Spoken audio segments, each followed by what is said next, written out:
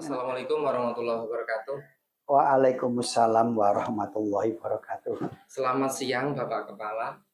Terima kasih atas waktunya sudah memberikan kesempatan kepada saya selaku calon guru penggerak angkatan 9 di SMA Negeri 1 Tunjungan ini. Dalam kesempatan ini saya ingin melaksanakan tugas modul 3.1 berkaitan mengenai pengambilan keputusan yang mengandung dilema etika, di mana kasus yang mengandung dilema etika ini adalah di mana dua kasus yang dua-duanya ini mengandung nilai kebenaran dan kebajikan semua.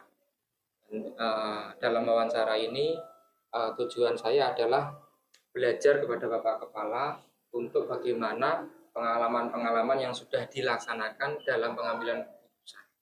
Yang pertama Bapak adalah kira-kira selama ini kasus-kasus yang sudah diselesaikan, yang sudah tangani di SMA ini, tentunya di SMA yang lain karena Bapak Kepala kan kepala yang sudah menjelajah di Kabupaten Blora.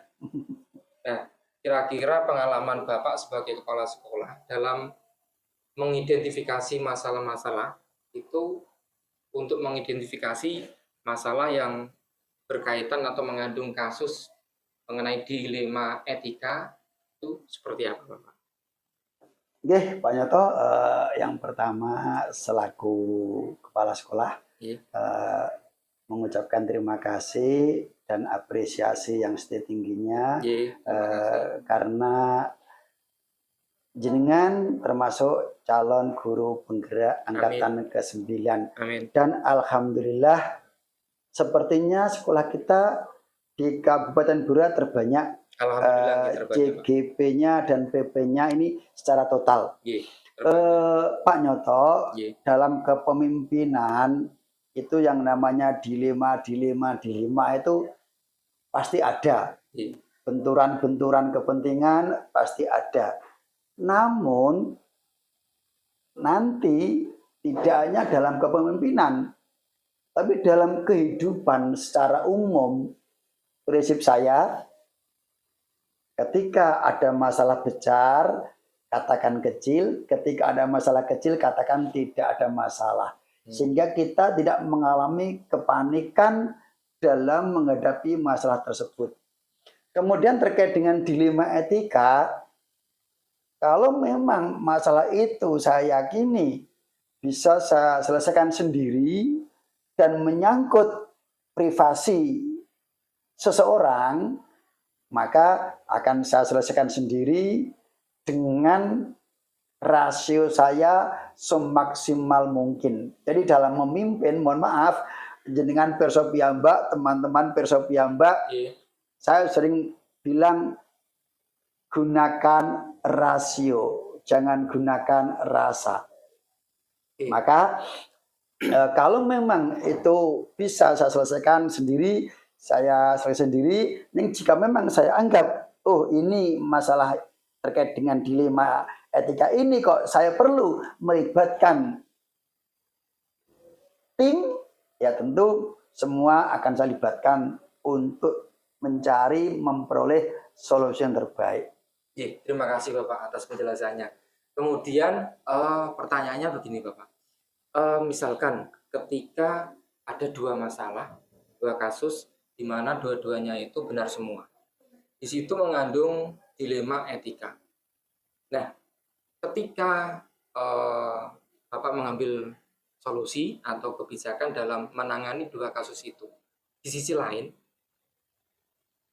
nanti ada efeknya pada orang lain atau bawahan Bapak, yang itu bisa menyinggung perasaan atau mungkin bisa ada sesuatu yang akan terjadi. Kira-kira bagaimana untuk solusi yang sudah dilaksanakan dan sudah diambil dalam pengalaman selama ini, Bapak? Betul sekali apa yang jenengan sampaikan, karena berhubungan dengan relasi. Biasanya benturan dengan teman, benturan dengan sahabat, benturan dengan bisa jadi faktor eksternal dan sebagainya, maka bagaimana membuat pihak-pihak yang terkait itu bisa legowo seandainya apa yang kita putuskan itu tidak atau kurang memuaskan pihak yang satu. Karena nggak mungkin dilema ini dua-duanya terselesaikan dengan happy ending. Pasti ada yang wah aku kecewa kan ada nih bagaimana dengan rasio mereka bisa legowo menerima. Kalau kita menggunakan oh ya ini yang pertama adalah tentu menggunakan perundang-undangan yang berlaku, kemudian juga menggunakan bagaimana moral yang berlaku di masyarakat, terutama bagaimana koridor hukum dulu yang kita tegakkan. Oke. Terima kasih Pak atas penjelasannya yang diberikan. Sedikit sudah saya tangkap.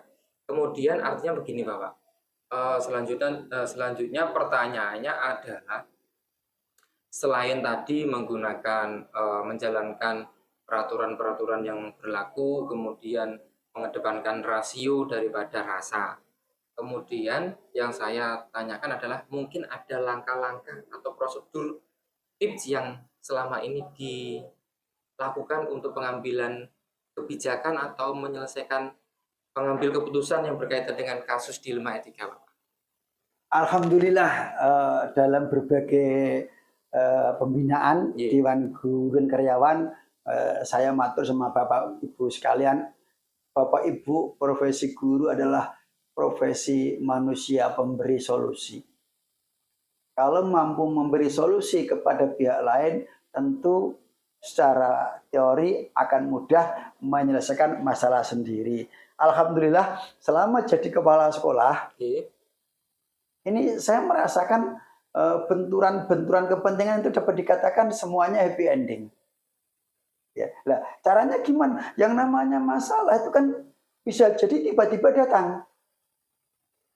Seperti contoh, pagi ini tanpa ada angin, tanpa ada kabar, tiba-tiba kita dikunjungi oleh Ibu Kepala Dinas. Ya, betul. Ini kan bagi kita nggak masalah. Itu hal yang biasa, kewajiban kita menerima tamu dan hak beliau dan tim untuk mengunjungi sekolah kita. Nah, nanti kalau kita pikir misalkan, oh sekolah kita kumuh, misalkan loh ya, nah nanti kan malah kita nggak bisa tidur. Maka sekali lagi hidup itu biar bahagia, biar nyaman dalam kepemimpinan maupun dalam kehidupan secara global.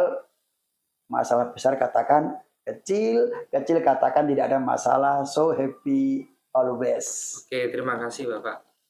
Kemudian selanjutnya, selama ini ketika mengambil kebijakan atau menyelesaikan kasus yang berkaitan dengan dilema etika itu sendiri, apakah Bapak perlu menunggu waktu atau butuh jadwal tertentu untuk pengambilan keputusan itu sendiri untuk pengalaman selama ini?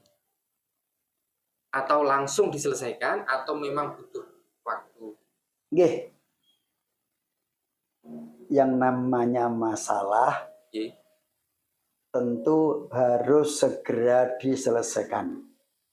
Masalah itu pun datang tidak direncanakan. Betul. Maka begitu datang bagaimana secepatnya kita selesaikan. Kalau saya yakini, sekali lagi, kalau saya yakini masalah itu bisa saya selesaikan sendiri, saya selesaikan sendiri. Nah, jika saya pikir, oh ini lebih bagus melibatkan tim, melibatkan musyawarah, Bapak Ibu Guru, tentu semua sumber daya yang kita miliki, kita ikutkan dalam pengambilan kebijakan. Oke, terima kasih Bapak penjelasannya. Kemudian pertanyaan selanjutnya Bapak, selama ini dalam melaksanakan pengambilan keputusan yang berkaitan dengan kasus yang mengandung dilema etika itu sendiri, pengalaman yang diambil dari pelajaran selama ini, kira-kira ada tantangan yang dihadapi yang mungkin menurut pengalaman Bapak sendiri itu tantangan yang luar biasa mungkin yang bisa diceritakan buat kami sebagai pelajaran? Dalam hidup kita katakan, dalam buku saya, mohon maaf, dalam buku saya ini, ya dalam buku saya ini saya katakan salah satu tulisnya adalah berbunyi, hidup itu sebenarnya mudah. Betul. Lagi, hidup itu sebenarnya mudah. Kalau mudah artinya apa? Tidak perlu adanya sebuah tantangan yang wah gitu enggak. Tapi ketika kita menerima heavy problem, ketika kita menerima masalah berat, kita selaku pribadi juga, tidak hanya selaku pemimpin, tapi selaku pribadi harus mengatakan saya mampu menyelesaikan. Hanya untuk sekolah memang mengelola sekolah beda dengan mengelola sebuah perusahaan. Jadi mungkin pihak lain akan mengatakan, oh mengelola sekolah lebih berat daripada mengelola pabrik. Betul. Kalau pabrik mungkin hanya mengelola material, mainnya sedikit. Tapi kalau sekolah mengelola man, money and material, mengelola manusia, uang, dan material. Namun sekali lagi, kalau kita sudah mendapatkan amanah seperti itu, harus yakin mampu dong. Kalau nggak yakin mampu, jangan jago jadi pemimpin. Betul. Ya, jadi jenengan di sini berapa tahun? Hampir 2015, hampir 9 tahun, Pak. Hampir 9 tahun. Dan jenengan yakin saya nggak pernah mengeluh? Yakin. Artinya apa? Karena jenengan juga personel saya nggak pernah mengeluh, artinya apa? All of easy and easy. Oke. Mudah dan mudah. Nah. Terima kasih, Pak. Kemudian berarti artinya selama ini memang saya juga cukup percaya sekali bahwasanya Bapak itu saya rasakan memang pemimpin yang luar biasa. Artinya tidak pernah mengeluh dan semuanya dianggap mudah dan pasti ada solusinya. Dan solusi yang diambil yang sudah ceritakan sungguh luar biasa yang dapat saya ambil pelajaran. Yang terakhir, Bapak, selaku pemimpin atau selaku kepala sekolah selama ini, pasti dalam melaksanakan tugas menyelesaikan suatu permasalahan atau mengambil keputusan yang berkaitan dengan dilema etika, tentunya juga sangat luar biasa untuk ke arah situ. Nah, yang saya tanyakan adalah pasti ada salah satu atau seseorang yang menjadi semangat atau motivasi dalam melaksanakan tugas sebagai kepala sekolah itu sendiri. Kira-kira apakah ada dan itu siapa, Bapak? Alhamdulillah Bapak Ibu pirsa semuanya, ketika sekolah mengadakan pergantian waka, itu juga melalui musyawarah. Pergantian bendahara juga melalui musyawarah. Artinya apa? Semua SDM itu saya yakini semua bisa bekerja sama dengan pimpinan, dengan saya selaku kepala sekolah, sehingga saya tidak harus memilih si A untuk jadi mitra saya, enggak. Maka semua sumber daya, terutama guru karyawan, saya yakini semuanya mampu berkolaborasi. Dan karena mereka itu, apa yang kita lakukan selama ini terasa mudah. Sekali lagi, tim saya berkali-kali sejak awal bagaimana mewujudkan super tim, Superman berkumpul akhirnya di super team. Jangan hanya satu Superman. Nanti kalau dalam suatu lembaga semisal sekolah, oh yang pandai masalah ini hanya si X. Nanti kalau si X misalkan sakit akan lumpuh dong. Tapi kalau super tim semuanya bisa mengambil alih, hilang satu, bahasa Indonesia tumbuh 1000. Sekali lagi keberadaan sumber daya teman-teman itu sangat mendukung dalam mengelola sekolah, baik mengelola manusianya, mengelola keuangannya, maupun mengelola materialnya. Terima kasih Bapak atas waktunya dan kesempatannya. Saya sudah diberi kesempatan untuk wawancara yang sangat luar biasa ini.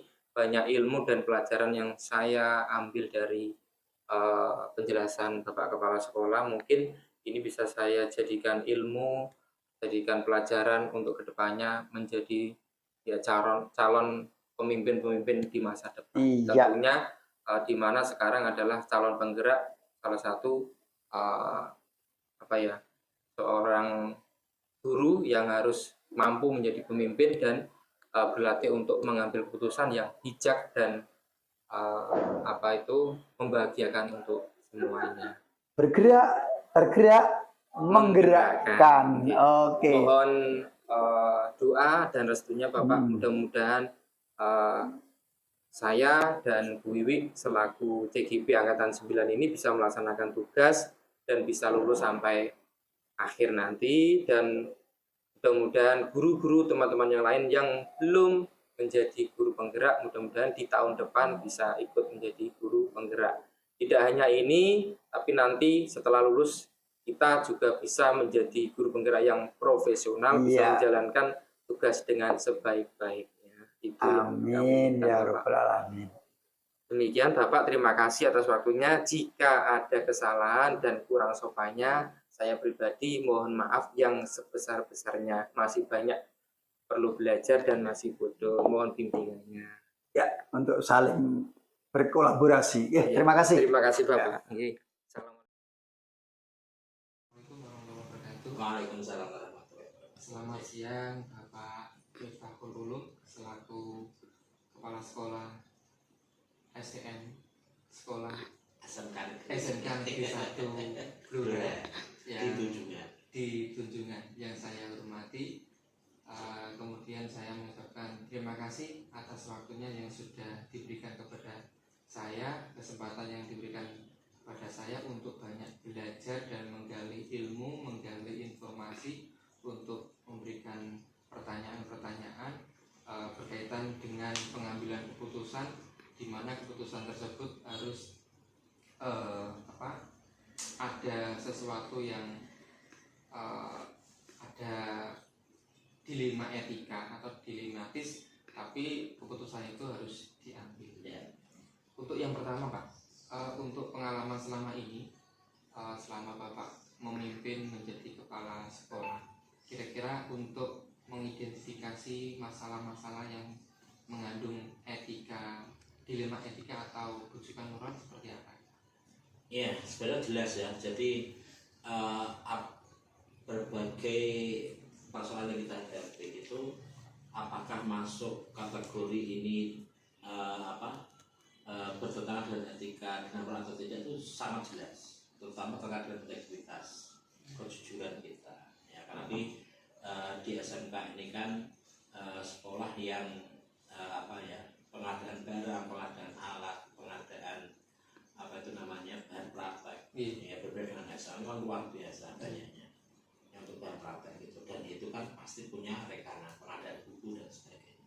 Ya tentunya namanya rekanan ketika ingin mendapatkan untung dari sekolah pasti melakukan segala cara. Iya betul. Nah itulah salah satu ya yang sebenarnya menjadi indikator jelas ketika ada tawaran yang di luar kewajaran. Nah itu pasti bertentangan dengan etika. Itu contoh sederhananya seperti itu. Terima kasih Pak atas jawabannya. Kemudian ketika ada kasus yang mengandung dilema etika Pak, seperti yang tadi dijelaskan, kira-kira bagaimana Bapak untuk mengambil keputusan atau kebijakan yang seperti itu Pak, biar semuanya enak dan aman untuk semua? Ya, kalau terkait dengan penggunaan anggaran jelas ya, kita punya regulasi yang mengatur itu. Kemudian ketika kita disumpah di fakta integritas, sumpah jabatan sudah dijelaskan. Saya kira kalau kita ingin menjadi pimpinan yang beretika, yang punya integritas tinggi dan menjunjung tinggi kejujuran, ya sudah kita kembalikan pada regulasi yang ada. Ya, siapa sih yang tidak ingin kaya? Siapa tidak ingin uang banyak? Semua orang pasti ingin. Tapi apakah dengan nabrak sesuatu yang mohon maaf ya bahasa kasar harus korupsi kan juga Oke Pak. Gitu. Kira-kira ketika mengambil keputusan atau kebijakan di mana kasus yang dihadapi itu mengandung dilema etika, Pak. Ada prosedur atau langkah-langkah tips mungkin Pak yang bisa dibagikan dalam ketika mengambil keputusan tapi kasusnya itu mengandung dilema etika gitu seperti itu. Ya. Jadi sebenarnya tidak hanya dilema etika saja, termasuk misalkan apapun kasus yang harus kita selesaikan, ya, apalagi terkait dengan sumber daya manusianya, guru-gurunya, tenaga DU, apalagi terhadap keuangan, itu memang harus kita kembalikan kepada prosedur yang ada, yang sudah berjalan. Ya, contoh misalkan, ya, kita tidak bisa kepala sekolah tidak bisa memutuskan harus A, B, harus B, tetapi melihat aturan yang berlaku. Ya, contoh ketika kadang-kadang maaf, ya, ketika kita digoda dengan sesuatu itu kan ambil langkah cepatnya. Yang penting beres. Nah, ini yang harus kita hindari. Yang penting persoalan itu selesai, ini harus kita hindari. Tetapi kita harus melihat latar belakang masalah itu ada apa. Ini kalau orang lain ya, terkait dengan perasaan orang. Tadi saya contohkan, misalkan perceraian dan sebagainya. Tapi terkait dengan pengadaan barang dan sebagainya tadi kita kembalikan. Ya, sudah ada mekanisme pengadaan barang dan sebagainya, sudah dilewati itu. Sudah ada prosedur pengadaan barang yang lewati. Sudah ada prosedur penyelesaian persoalan terkait dengan perceraian, dia kita lewatkan itu. Ya. Jangan mengambil langkah lain di luar prosedur, kecuali ya memang harus extraordinary untuk mengambil dalam rangka tadi mencari jalan tengah, tidak masalah. Tapi selama tidak merugikan pihak-pihak lain, tetap masuk merugikan pemerintah. Nah, gitu loh. Ya, ini apapun itulah. Jadi kita kembalikan pada prosedur. Saya kira ini semua persoalan itu bisa diselesaikan. Semua persoalan bisa, apapun persoalannya. Ya, hanya saja memang ada yang segera diselesaikan, ada yang butuh waktu. Tapi kalau terkait dengan integritas kejujuran, apalagi pengelolaan keuangan, itu sebenarnya tidak perlu banyak waktu. Hanya tadi, ya, bisa enggak kita itu mengendalikan keinginan kita, nafsu kita, itu aja selesai. Hari itu bisa ditolak. Dan saya pernah mengalami sendiri. Jadi saya itu pernah jadian tim lelang kabupaten di unit lelang. Ya. Godanya luar biasa. Ya kan? Yang kita lelang tidak hanya ratusan juta sampai puluhan miliar. Nah, kalau kita maaf tidak menjunjung tinggi integritas, ya mungkin sudah masuk penjara kan gitu. Ada indikasi. Iya, maka seperti itu tidak bisa diputuskan nunggu lama-lama. Ya harus di komitmen, iya kan? Contoh, saya mau beli buku, ya kan? Ketika si penyedia barang menyampaikan, Pak ini gini-gini, Pak nanti Mas rasakan nanti ya tidak bisa, tolak ya tolak, iya kan? Kan tidak bisa. Tapi kalau kasus yang lain misalkan tadi ya saya sampaikan perceraian itu tidak bisa langsung, bos, saya setuju ya tidak bisa. Ada prosedur yang gitu. Terima kasih Pak atas penjelasannya. Ada banyak gambaran yang saya ambil. Kemudian Pak, selama ini menurut pengalaman Bapak, boleh diceritakan nggak sedikit saja mungkin tantangan yang paling ekstrim mungkin, tantangan yang paling besar yang mungkin pernah terjadi atau dialami ketika mengambil keputusan yang berkaitan dengan kasus yang mengandung dilema etika itu, yang menimbulkan pro kontra yang besar, akhirnya menimbulkan sesuatu yang wow gitu misalnya. Ada nggak Pak? Kalau ada bisa diceritakan sedikit Pak? Iya banyak. Jadi selama saya sebelum jadi kepala sekolah ataupun ketika membantu di terkait ya di lingkungan pemerintah itu banyak sekali. Ya apalagi terkait dengan integritas etika moral tadi ya. Ya kita kalau punya bicara etika moral lebih orang kecuali bicara korupsi. Ya, wah itu sudah banyak saya sampaikan. Kita jadi unit lelang pengadaan itu, malah itu tidak tawarannya sudah tidak lagi juta, ya sudah puluhan ratusan juta. Ya kalau kita tidak berpedoman pada tugas saya itu apa, saya kerja untuk apa, dan siapa saya untuk uang itu untuk apa, nah, itu jangan mikir seperti itu. ya sudah bablas. Ya. Nah, kemudian gini, kadang ada kasus yang lain misalkan, ini yang sebenarnya sangat hindari. Apa? Ketika menyelesaikan perceraian, itu sebenarnya yang saya tidak inginkan. Sebagai kepala sekolah harus BAP orang, harus mediasi, itu saya tidak ingin. Karena apa? Itu secara moral, secara batin akan mengguncang saya juga sebagai pimpinan. Karena apa? Kita harus masuk ke dalamnya sampai yang sifatnya sangat personal, kita harus tahu. Karena untuk kita titik masalah, ini secara etika kan tidak baik, ya kan? Masa kita harus tahu sampai ke dalam-dalamnya. Baru sampai berhubungan badan pun kita harus tahu, karena kadang persoalan masalah itu gitu yang jadi pemicu. Kira-kira jadi dilematis tidak jauh berbeda. Iya betul. Di sisi lain saya harus menjaga kerahasiaan, tetapi ya orang-orang yang mewong kan gitu. Tetapi harus dituangkan dalam BAP, dan BAP itu bisa dibaca siapa. Nah gitu, ini kan sangat dilematis. Itu berat. Selain tadi ya mencegah untuk korupsi, wah itu berat mas. Mau kita butuh uang kok. Siapa yang butuh uang? Semua butuh uang. Siapa yang tidak ingin semua tercukupi? Semua butuh. Tetapi kan juga wajar, ya kan? Karena memang di luar kewajaran. Ya. Jadi dua hal ini yang sampai hari ini bagi saya itu luar biasa. Mencoba menghindari jangan sampai ada kasus-kasus seperti itu. Itu berarti tadi artinya yang bercerai itu masih satu instansi ya?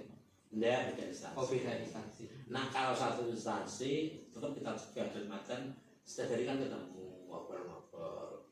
Ya ada sih beberapa yang mau mengajukan, tapi ya saya bilang, nah, sampai ke kepala sekolah urusan orang curhat-curhatan kan gitu. Itu sudah pembinaan. Oke Pak, terima kasih atas jawabannya. Sebenarnya tadi sudah dijawab Pak secara tersirat tadi dari penjelasannya. Tapi ini perlu saya sampaikan kembali. Mungkin nanti bisa ditekankan kembali jawabannya. Dalam memutuskan pengambilan kebijakan, pengambilan keputusan yang berkaitan dengan kasus yang mengandung dilema etika itu sendiri, kira-kira dari Pak Miftahul Ulum sendiri itu dalam pengambilan keputusannya itu langsung diputuskan atau butuh nanti aja atau ada jadwal tertentu atau harus diskusi atau bagaimana? Ya, persoalan itu apakah segera diselesaikan atau tidak tergantung pada besar kecilnya persoalan. Ya, sangat pentingnya persoalan, mendesak tidak mendesaknya persoalan, karena semua sudah ada aturannya. Ya, ada kalanya kasus harus segera diselesaikan saat ini juga, karena akan berdampak pada yang dan tidak multi efek gitu kan. Tetapi kalau multi efek dan butuh pendalaman ya kita selesaikan secara prosedur kan gitu. Dan mohon maaf, beratnya pimpinan itu adalah ketika mengambil keputusan itu pasti akan merefleksikan diri. Ya. Tidak mungkin kepala sekolah akan memutuskan A ketika dia melakukan A. Ya, sampai saya sampaikan. Ya, memutus orang yang ya selingkuh, kudune ngene-ngene, sementara kepala sekolah selingkuh. Walaupun ditutupi. Iya betul. Ya biasanya ditutupi nggak boleh terang-terangan kan gitu. Iya kan? Nah, gitu. Tidak boleh memutuskan yang baik. Ya, ketika penanganan kasus korupsi, ya, yang diindikasi ada pelanggaran, ya, karena menerima gratifikasi dari pihak tertentu, orang memutuskan ini harus dianu, tapi dia menerima sendiri, ya, sama juga bohong. Maka apa? Untuk independensi pimpinan dalam mengambil keputusan cepat, lambat dan sebagainya pasti merefleksikan diri. Itulah pentingnya keteladanan. Dan pimpinan harus menyiapkan sejak dini. Ya, bukan bisa dilatih, bisa, tetapi ketika mengambil keputusan suatu saat nanti dia pasti akan merefleksi diri. Terutama penghakiman masyarakat. Ya kan, penghakiman masyarakat. Alah, sok gembor-gembor anti korupsi dewi, ya, iya kan? Sok disiplin, tapi orang pernah disiplin. Atau istilahnya jarkoni, iso ngajar, orang iso ngelakon. Terima kasih Pak. Iya. Untuk selanjutnya Pak, kan banyak sekali pengalaman atau wawasan yang sudah dilalui oleh Pak Miftah Ulum selaku pembina selama ini. Artinya berarti ketika dulu sampai sekarang menjadi pimpinan sudah banyak kasus-kasus yang mengandung dilema etika yang diselesaikan. Artinya mungkin ada sesuatu atau seseorang atau faktor-faktor yang lain Pak, mungkin yang menjadi inspirasi, yang menjadi inspirator atau yang bisa membantu ketika Bapak Miftah Ulum itu harus memutuskan tapi masih bingung, masih dilema, kemudian mungkin ada seseorang atau siapa yang mungkin dijadikan Saya meyakini gini Pak, saya meyakini ketika kita kerja di institusi, pimpinan kita, siapa pimpinan kita yang menjadi idola kita, itulah akan inspirasi kita. Ya, itu yang pertama. Yang kedua, pola didikan keluarga. Ya, maka yang menjadi inspirasi kita adalah ya di keluarga itu. Satu tadi pimpinan ya. Saya mengelola sekolah seperti ini, pasti saya dulu pernah dipimpin oleh orang yang menjadi idola saya. Mau tidak mau perilaku saya hampir mirip dengan beliau misalkan, ya kan? Ketika saya dipimpin Pak Bambang, pasti saya dan saya mengedenger Pak Bambang, mesti perilaku saya hampir sama dengan Pak Bambang, kan menjadi role model. Itu jadi role model. Itu. Nah kemudian ketika mengambil keputusan, ya, yang paling penting itu apa? Ya, lihat keputusan kamu apakah terkait dengan etika moral. Ya, keluarga kita tuh bekerja untuk siapa sih? Untuk apa sih? Uang itu untuk apa sih? Dari mana sih? Kan gitu. Maka cermin keluarga itu kudu mikir anak cucu, bahasa kasar. Ya, kudu mikir anak cucu. Kita berbuat sesuatu untuk siapa? Kan untuk keluarga. Ya, mosok keluarga diwehi barang suara partai. Jadi pola kepemimpinan itu biasa menjadi role model.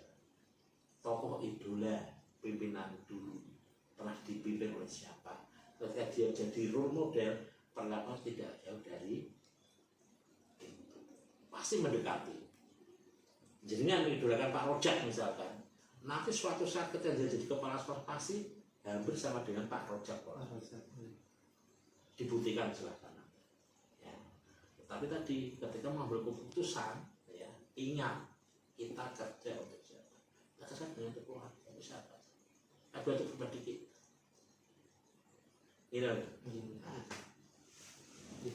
Terima kasih Pak. Mungkin itu pertanyaan-pertanyaan yang saya sampaikan, yang saya lakukan dalam wawancara ini. Terima kasih Bapak atas waktunya. Banyak ilmu dan wawasan yang sudah saya dapatkan dari wawancara sore ini. Mudah-mudahan bisa menjadikan saya lebih baik lagi dan paling tidak bisa menjadi calon pemimpin di masa depan. Amin. Semoga segera. Amin.